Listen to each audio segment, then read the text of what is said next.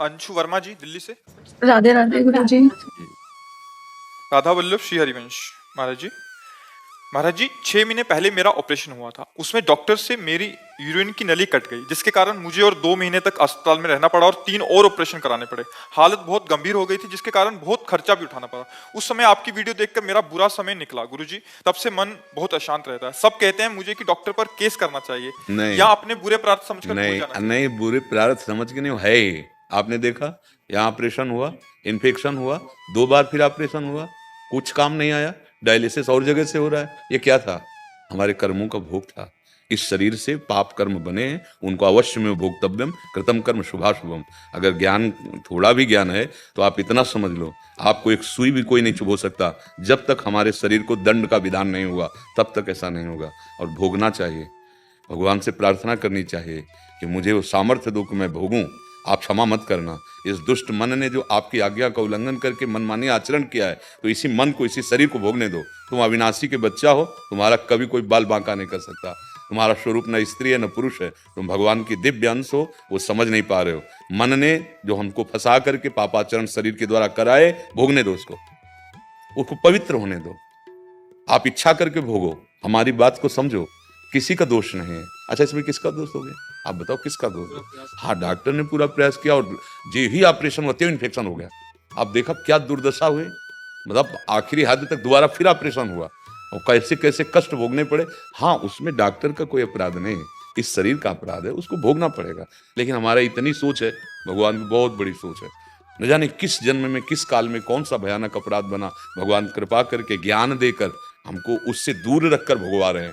अगर शरीर में आसक्ति हो, शरीर में हो, तो सब कुछ हो पाए क्या? जो हो रहा है वो ऐसे आग लगी हुई है और इतनी दूर रख करके कह रहे हैं उधर मत देखो, मेरी तरफ देखो, मेरी तरफ देखो। ये भगवान की कृपा है कि आपको उस समय सत्संग मिला। ये भगवान की कृपा है कि आज आप यहाँ सामने बैठी हैं। आप विवेकवान, भगवत कृपा पात्र हैं। डॉक्टर पर केस नहीं, केस इस मन पर होना चाहिए जिसने केसों के खिलाफ कार्य किया है, श्री कृष्ण की आज्ञा का उल्लंघन किया है किसी न किसी जन्म में, या इसी जन्म के देख लो, और जन्मों की याद न हो तो इसी जन्म में देख लो भगवान के विरुद्ध हम कैसे आचरण किए हैं।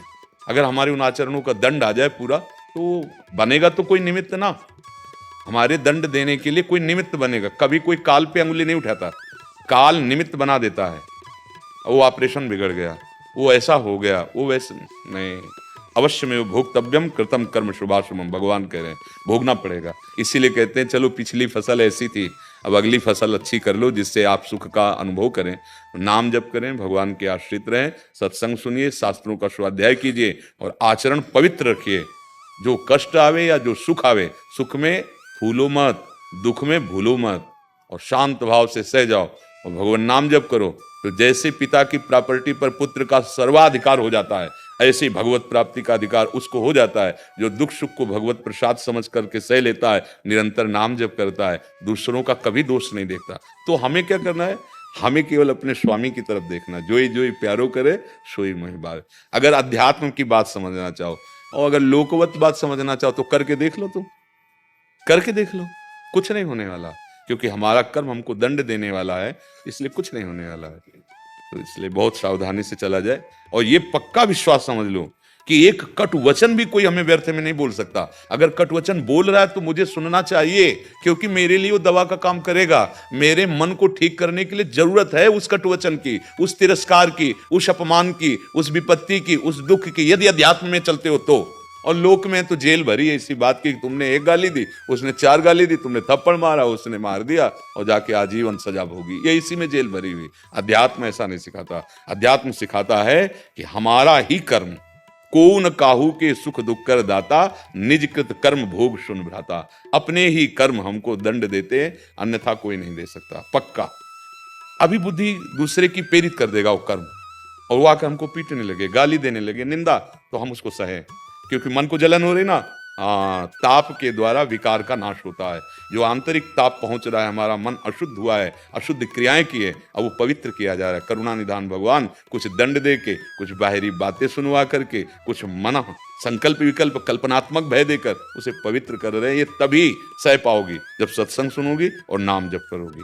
कोई किसी को दुख नहीं देता है, वो हमारा कर्म ही उसको भुलवा देता है। बोले वो ऑपरेशन हुआ, बोले उसमें अमुक यंत्र भूल गए, वो इतना प्रवीण डॉक्टर कैसे भूल सकता है? अब हमारा दंड था इसलिए भोगना पड़ेगा। तो ये पक्का समझो। अध्यात्म में किसी दूसरे पे अंगुली नहीं उठाई जाती। अध्यात्म का स्वरूप यही है ना, सर्वत्र मेरे भगवान विराजमान है, न किसी की निंदा न किसी की स्तुति, सब में सम तत्व विराजमान। शरीर को जो दंड है वो भाग्यानुसार भोगना। ये संसारी नहीं मानेंगे, संसारी नहीं मानेंगे, हम पहले कह रहे हैं ये अध्यात्म है। अगर आप कृपा पात्र न होती तो आप सामने आती नहीं। अध्यात्म ही दुख को जड़ से मिटा देता है।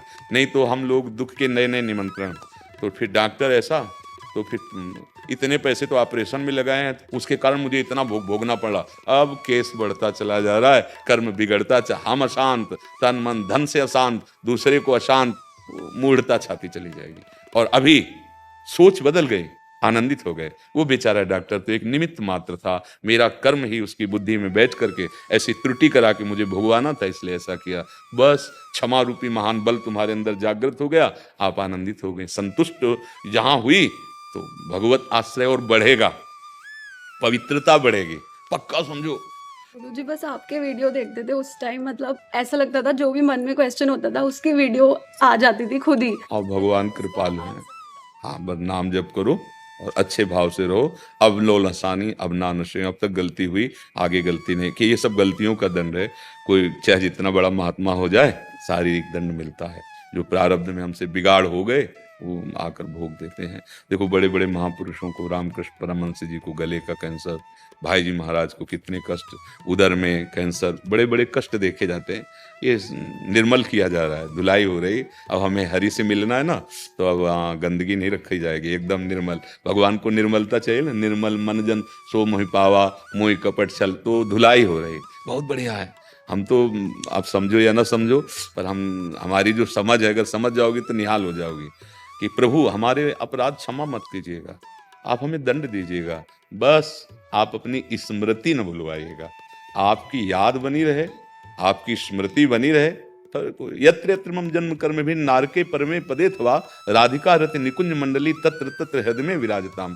स्वामिनी, हमारे कर्म के अनुसार आप हमें क्षमा मत करना, अगर नरक लायक है तो नरक भेज देना, पर स्वामिनी जो आपके चरणारविंद की स्मृति न छूटे, जहां भी भेजो आपकी याद, राधा राधा राधा, बस हमें कोई परेशानी नहीं। जागृत स्वप्न सुषुप्ति स्फुरत में राधा पदाब्ज छटा, वैकुंठे नरकेथवा मम गतिर नान्यास्तु राधा हम बिना। चाहे ना लाडली जहां भी रखो, बस जागृत में हो या स्वप्न में हो या सुषुप्ति में हो, नरक में हो या वैकुंठ में हो, राधा राधा राधा राधा, हमें कोई परेशानी नहीं। सच्ची मानिए, अगर हमारा मन प्रभु में लगा है तो दुख सुख कौन अनुभव करे। जब ऑपरेशन किया जाता है तो बेहोश कर दिया जाता है ना, किसको? जीवात्मा को कभी कोई बेहोश कर ही नहीं सकता, किसी इंजेक्शन में सामर्थ्य नहीं है। नैनम छिंदन्ति शस्त्राणि नैनम दहाति पावका, न चैनम क्लेदयन्ति आपो न शोष्यति मारुता। शरीर जड़ है तो बेहोश किसको किया गया? मन को, उतनी त्वचा से या उसको पूरा बेहोश कर दिया गया। तो एक औषधि में इतनी सामर्थ्य कि ऑपरेशन हो रहा है, बेहोश होने के बाद उसको कोई पता नहीं चला। तो क्या नाम में, भगवान के रूप में, भगवान के चरणारविंद में इतनी सामर्थ्य नहीं?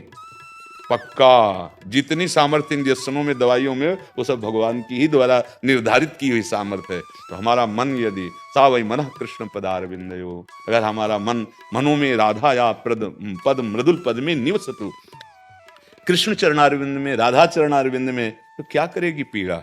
है तो भयानक पीड़ा। अभी थोड़ी देर में डायलिसिस में पहुंच जाएंगे और तेरे दिन डायलिसिस होता है, क्या फर्क पड़ता है? राजी हो तुम, मुस्कुराओ, हम राजी हैं। आपकी स्मृति में हम राजी नहीं होंगे कि स्मृति तोड़वा दो, भयानक से भयानक कष्ट दीजिए, पर आपकी याद में हम हर समय रहें। बस इतनी लड़ाई है हमारी आपकी। अगर याद गई तो फिर हमारे पास कुछ नहीं रह जाएगा।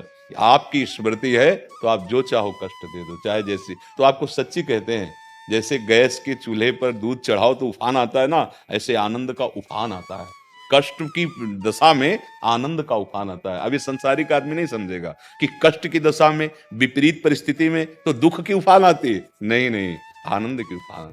जहां विशेष कष्ट होता है, तो जैसे विशेष भय के अवसर पर माँ सामने आके खड़ी हो जाती है, देखते हैं हमारे बच्चे को कौन पीटता है, ऐसे ही लाडली जो आ खड़ी होती है, तू मेरी तरफ देख, कष्ट की तरफ देख ही मत, देखते कष्ट कैसे प्रभाव कर। कोई कष्ट नहीं, हर समय आनंदित। नहीं नहीं, ये कृपा की दिनचर्या है, ये आदमी की दिनचर्या नहीं। तो क्या वो कृपा केवल मेरे ऊपर ही है क्या? क्या हम कोई नई माटी से बने हुए हैं क्या? जो हमारे अंदर अंश है वही आपके अंदर अंश है, जो हमारा पंचभौतिक वही आपका पंचभौतिक। हाँ, आप अहम की शरण में हो तो हम श्री जी की शरण में हैं।